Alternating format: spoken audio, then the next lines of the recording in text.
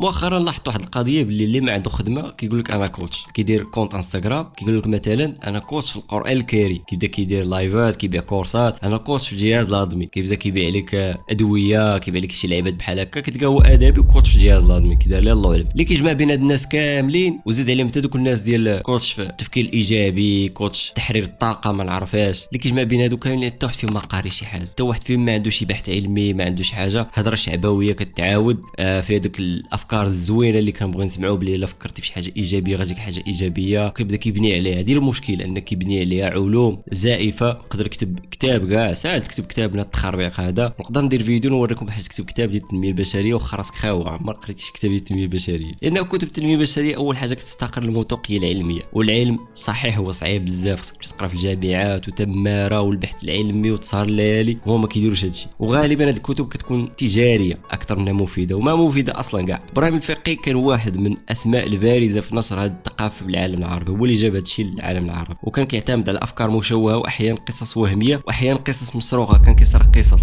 تخيل معايا. Working to develop myself, I applied for a job as a disc jockey, WMB in Miami Beach. انا فاكر في يوم من الايام رحت ادور على شغل، كنت في مونتريال وبنتكلم على ثقه في النفس، وكان شركه هي اسمها شركه كارا، شركه بتوزع الاكل في الطيارات، عندهم فنادق وعندهم مطاعم. I went to a guy named Milton Butterball. I said, how you doing, Mr. Butterball? I'd like to get a job as a disc jockey. He looked at me, he said, you have any broadcast background? I said, no, sir, I don't. You have any journalism background? I said, no, sir, I don't. He said, we don't have any jobs available. وانا رحت اقدم، كان المدير عام كان هو من نوع يوناني جريجي اسمه مستر تاسو سالتاريس، ورحت اقدم فقال لي لا ما عندهاش وظائف دلوقتي. So I went back again. I said, how you doing, Mr. Butterball? My name is Les Brown. He said, I know what your name is. What do you want? I said, I'd like to know whether or not you have any jobs at disc jockey, sir. He said, didn't I just tell you yesterday we didn't have any jobs? I said, yes, sir, but I know whether or not somebody got laid off or somebody was fired, sir. He said, no one was laid off or fired. Now get on out of here. I came back the next day. Hello, Mr. Butterball. How are you? He said, fine. What do you want now? I said, I'd like to know whether or not you got any jobs, sir. Didn't I tell you the last 2 days we didn't have any jobs? I said, yes, sir, but I don't know whether or not somebody got sick or somebody died, sir.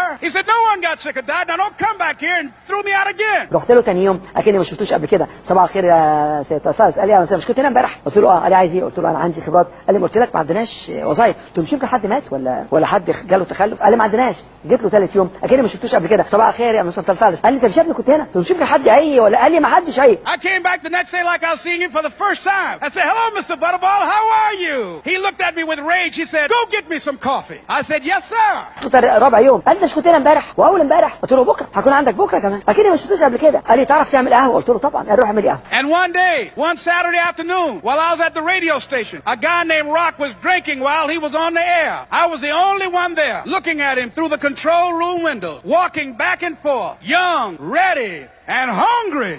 I was saying, drink, Rock, drink. Drink, Rock. I'd have gone to get him some more if he'd asked me to. وقتها المدير بتاعي هو كان من النوع اللي بيشرب، فقعد يشرب قبلها، فما كانش قادر يفكر. وانا ماشي بره، عارف لما تكون جعان وانا ماشي بره عارف مش قادر. طبعا مش المفروض اعمل كده دلوقتي اصبحت روحاني اكتر، بس كنت عاوز اشرب كمان، وانا بقول اشرب وعايز اكل اجيب لك. Pretty soon the phone rang and it was the general manager. And I answered the phone. I said, hello? He said, Les, this is Mr. Klein. I said, I know. He said, Rock can't finish his program. I said, I know. He said, would you call one of the other DJs in? I said, yes, sir. I hung the phone up. I said, now he must think I'm crazy. وبعدين لقيت المدير عندي كلمني، ابراهيم. قلت له نعم. قال لي رودريجو. قلت له ماله؟ قال لي هو تعبان شويه. قلت له عارف. قال لي ومش هيقدر يكمل. قلت له عارف. قال لي وعايزينك تتصل بحد تاني عشان يجي يحل محله. قلت له حاضر يا فندم. وانا في نفسي اقول باين فاكر عليا ان انا مجنون ولا حاجه. I waited for about 20 minutes and I called him back. I said, Mr. Klein, I can't find nobody. He said, young boy, do you know how to work the controls? I said, yes, sir. He said, go in there and don't say nothing here. I said, yes, sir. فرجعت له بعد ربع ساعه، قلت له ما لقيتش حد. قال لي تقدر تاخد مطرحه؟ قلت له صباح الفل. I was hungry. You gotta be hungry. لانك هانجري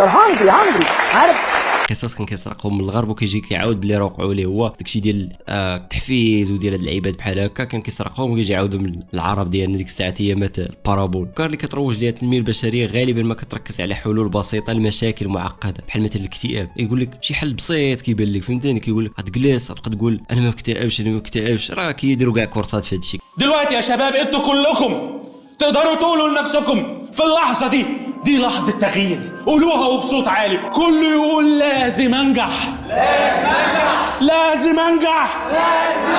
بإرادتك وبقوتك تقدر تهد الجبال. انا شخصيا بايدي دي بإرادتي ممكن اهد الحيطه دي.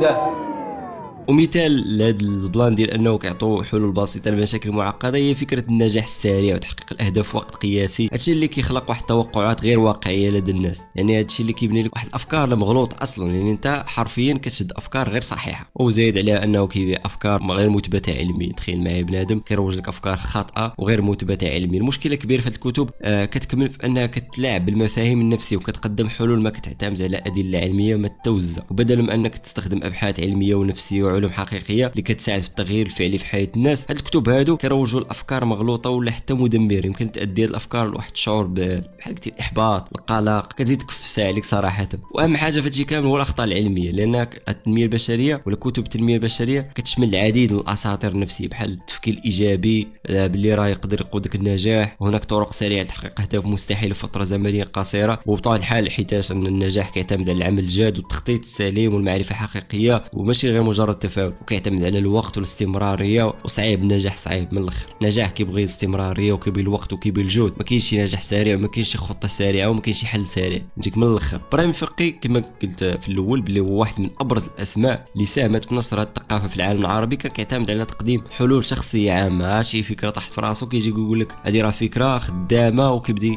يهضر عليها بحال شي حقيقه علميه، غير فكره كاينه في راسو كيبيعها للناس ويدخل بها الفلوس في كثير من الاحيان دون اي ادله علميه اللي كتدعم هذه القصص. هذه القصص اللي قدمها في الكتب ديالو بحال قوه التحكم في الذات اللي كنت قريته في 2017 وقوه التفكير الايجابي مع قريته قليل في 2017 حتى هو ضمنت نصائح اللي ما كتستاهل حتى شي منهج علمي سليم. وصراحه فاش كنت كنقرا هذه الكتب هادو في 2017 2018 ايامات حماري كنت كنقول كيفاش انا دابا كنسالي كتاب وما كنحس بلي ما استفدت حتى شي حاجه، يعني ما خاوي كتاب صار بحال شي واحد كيعاود لي الحجه الجايه، لان داك الشيء غير افكار اللي كتبغي تسمعهم، دوك الافكار اللي ما عنده باش يفيدو. ماشي بحال قريتي كتاب ديال علم النفس مثلا مبسط ولا تقرا بشكل منهجي، تبدا امهات الكتب ديال علم النفس كتحس راسك كتقرا شي حاجه اللي مبنيه على اساس صحيح. امر ضروري انك تفرق ما بين المحتوى المفيد والمحتوى التجاري، ضروري هاد العباد، حيت علم النفس كيعتمد على الادله والتجارب العلميه ودوك كيدير الوقت بزاف ديال الحوايج. وهذا علم النفس مهم بزاف باش من واحد الفهم عميق لتطوير الذات، بينما الكتب التجاريه اللي كتروج الافكار التنميه البشريه كتقدم وصفات جاهزه، مشاكل كبيره ومعقده وكتحتاج وقت. المشكله الاكبر ان هاد الكتب كتشجع على التفكير المفرط في الذات والطموحات الشخصيه بلا ما كتعطي واحد الاهتمام بالواقعيه وانك خاصك تكيس على راسك، وماشي بالضروره داكشي اللي تحققه في عام تحققه في نهار. اصلا ما يمكنش كاع قضيه